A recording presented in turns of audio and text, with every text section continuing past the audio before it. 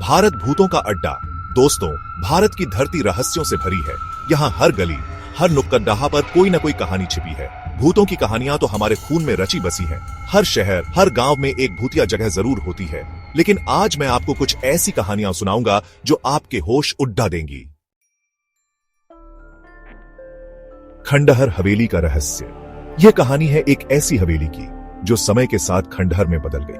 राजस्थान के रेगिस्तान में एक हवेली थी, सुनसान, वीरान। यह हवेली कभी राजसी ठाठ बाट का प्रतीक थी, लेकिन अब यह सिर्फ एक खंडहर है। कहते हैं वहां एक राजकुमारी रहती थी। वह राजकुमारी अपनी सुंदरता और बुद्धिमत्ता के लिए प्रसिद्ध थी। उसकी कहानियां आज भी लोगों के दिलों में बसी हुई है। एक दिन अचानक गायब हो गई। उसके गायब होने की घटना ने पूरे राज्य को हिलाकर रख दिया। लोग तरह तरह की बातें करने लगे। लोग कहते हैं उसका प्रेमी उसे धोखा देकर भाग गया था। यह प्रेम कहानी एक दुखद अंत पर पहुंच गई। तब से हवेली में उसकी आत्मा भटकती है। लोग कहते हैं कि उसकी आत्मा आज भी अपने प्रेमी की तलाश में है। लोग रात को वहां से चीखें सुनाई देने की बात करते हैं। हवेली के पास से गुजरने वाले लोग डर के मारे कांप उठते हैं। कुछ लोग बताते हैं कि उन्होंने वहां एक सफेद साया देखा जो गायब हो गया। यह साया राजकुमारी की आत्मा का हो सकता है, जो अब भी अपने प्रेमी की प्रतीक्षा कर रही है। खूनी कुएं की कहानी। एक गांव में एक पुराना कुआं था। यह कुआं गांव के बीचों बीच स्थित था और गांव वालों के लिए पानी का मुख्य स्रोत था। लोग उसमें पानी भरने जाते थे। सुबह से शाम तक गांव के लोग अपने मटके और बाल्टियां लेकर वहां आते थे। लेकिन एक दिन एक बच्ची उसमें गिर गई। वह बच्ची खेलते खेलते कुएं के पास आ गई और अचानक फिसलकर उसमें गिर पड़ी। उसे कोई बचा नहीं पाया।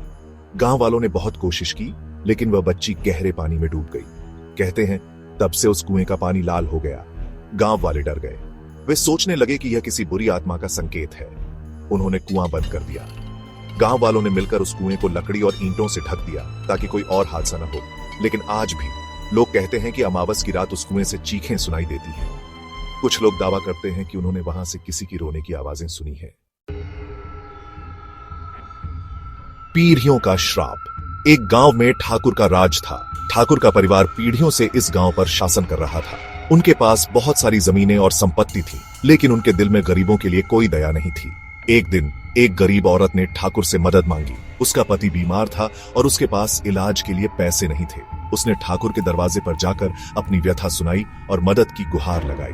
ठाकुर ने उसे भगा दिया। उसने कहा कि उसके पास गरीबों के लिए समय नहीं है और उसे अपने घर से दूर जाने को कहा। औरत की आंखों में आंसू थे, लेकिन ठाकुर के दिल में कोई दया नहीं थी।